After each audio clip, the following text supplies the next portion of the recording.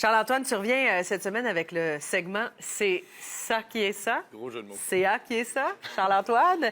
Non, gros jeu de mots peut-être, c'est pour faire sourire. Il reste que c'est un moment de l'émission, en tout cas la semaine dernière, ça a vraiment fait jaser parce qu'on t'a mis en lumière la relation des jeunes avec un seul sport. Puis je pense que notre moment a été beaucoup partagé sur les réseaux sociaux. Bien, l'objectif de ce segment-là, c'est justement de mettre en lumière le lien du sport avec la société, comme étant un moteur, justement, dans la communauté. Puis c'est fou, là, il y a, je crois, 115 000 personnes qui ont visionné la vidéo sur mon compte Facebook.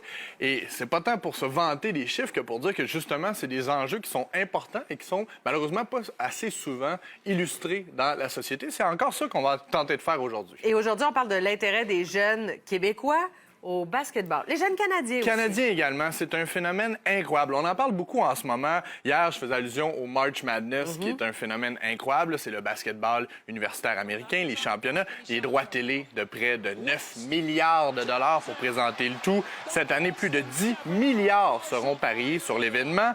Le basket est en grande santé. Cette semaine, au Québec, plus près de chez nous, Chris Boucher est devenu le 10e Québécois de l'histoire à participer à un match de la NBA. C'est pas peu dire.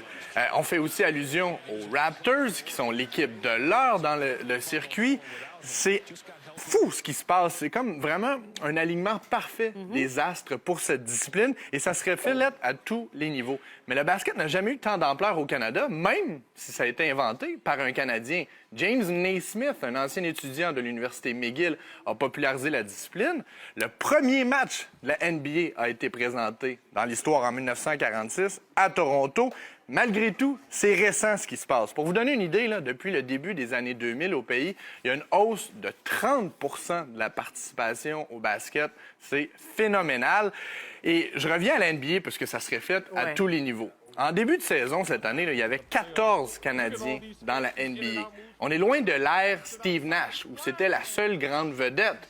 Et avant l'époque actuelle, il y avait eu à peine une vingtaine de Canadiens dans la Ligue, dans l'histoire de la Ligue. Là, on en a 14 en ce moment, dont quelques Québécois. Et pour nous aider à comprendre le phénomène, on va faire un tour d'horizon et ça débute justement avec le grand circuit professionnel. Il faut dire que dans les 4 grandes ligues principales en Amérique du Nord, la NBA est la plus internationale. Il y a une quarantaine de pays qui sont représentés à chaque année via les nationalités des joueurs. Les matchs sont diffusés dans une cinquantaine de langues.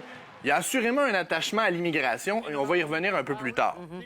En plus de l'aspect du volet international, la NBA est probablement la ligue qui a pris le plus grand virage jeunesse. Une présence numérique hallucinante, des matchs dynamiques, une ambiance de match aussi 2.0. Il y a la musique souvent lors des matchs, ça fonctionne. L'âge moyen des fans de la NBA est 15 ans, inférieur à l'âge moyen d'un fan de baseball. 42 ans, un fan moyen de la NBA, 57 au baseball majeur. Pour vous donner une idée, là, c'est 49 dans la LNH. Il y a quand même un gap de 7 ans entre le basket. Et ça fait toute la différence. Parce que si ton fan est plus jeune, il va te suivre plus longtemps. Exactement. Il y a des habitudes de consommation qui sont différentes. La NBA jouit aussi du fait que les vedettes veulent aller voir des matchs de NBA. Il y a quelque chose Puis quand les vedettes vont voir les matchs, il y a des photos qui se prennent, ça circule, ça fait jaser. C'est le cas aussi avec les Raptors. Oui. À l'époque, le président-directeur général, en 2014, Tim Lewicki, a dit « Dans 10 ans, là, les Raptors vont dépasser les Maple Leafs en termes de popularité à Toronto. » Je te parlais de vedettes, là. Exactement. On a pris les moyens de nos ambitions à Toronto en nommant Drake ambassadeur international des Raptors. Il est constamment aux abords du court, mais récemment a annoncé qu'il allait offrir 1 million pour améliorer les courts de basket à Toronto, 2 autres millions à Basketball Canada pour justement dynamiser le développement du sport. Il y a un lien également avec les milléniaux. On parlait des vedettes, on parle de Drake. C'est incroyable l'attachement que les jeunes Canadiens ont avec ce sport-là. En 2014, un rapport du gouvernement fédéral du Canada mentionnait que chez les jeunes de 3 à 17 ans, il y a seulement le soccer qui est plus populaire et encore plus probant chez les adolescents. Le basket est numéro 1 en termes de popularité. Ça, c'est les consommateurs de demain. Attends, on est dans le pays du hockey, pourtant? Je ne vais même pas parler de hockey, hein? Non. J'ai fait allusion au soccer. C'est le basket qui est numéro 1 chez les adolescents canadiens. Je parlais d'immigration. Bien, habituellement, on dit que pour un enfant d'une famille immigrée, ça prend 2 générations avant de connecter avec le hockey. C'est immédiat dans le cas du basket. Avec le basket. Il faut dire qu'il y a 20 des Canadiens également qui sont issus de l'immigration. Entre 1996 et 2006, il y a eu 2 millions d'immigrants au Canada. Mais il y a quelque chose avec ce sport-là aussi. qui fait que c'est facile de tendre la main vers l'autre. C'est un sport qui se déroule dans le quartier. C'est un sport où on donne rendez-vous aux jeunes.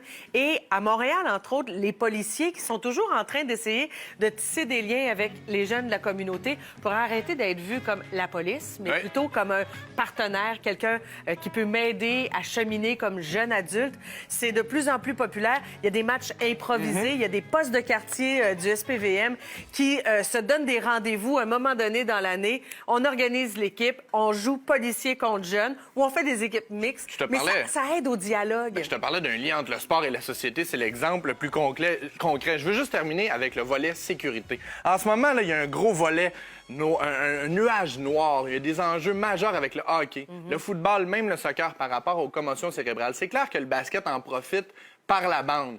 Il y a peut-être un petit peu moins de situations problématiques pour les parents. C'est clair que ça aide le basket. J'ai des réserves sur ce sujet-là. Je vais revenir d'ailleurs la semaine prochaine sur la sécurité et le sport. Et je veux juste terminer rapidement en mentionnant que c'est un phénomène qui a tellement d'importance au Canada. On est en train de suivre au Québec. Pas au même rythme. Il faut dire qu'il y a à peu près 40 000 participants au basket au Québec. Pour vous donner une idée, il y en a 95 000 au hockey. Mais là, on s'entend qu'on parle de notre sport national versus un sport émergent. Ce que j'aime beaucoup, et ce sera ma conclusion là-dessus, le football a explosé il y a une quinzaine d'années au Québec.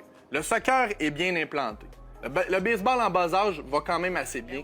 On n'est plus une province et une nation d'un seul sport. Et ça, je trouve que c'est une excellente nouvelle pour la suite des choses. C'est vrai. Merci, Charles-Antoine. Merci. On aurait dû dribbler. C'est tout le long.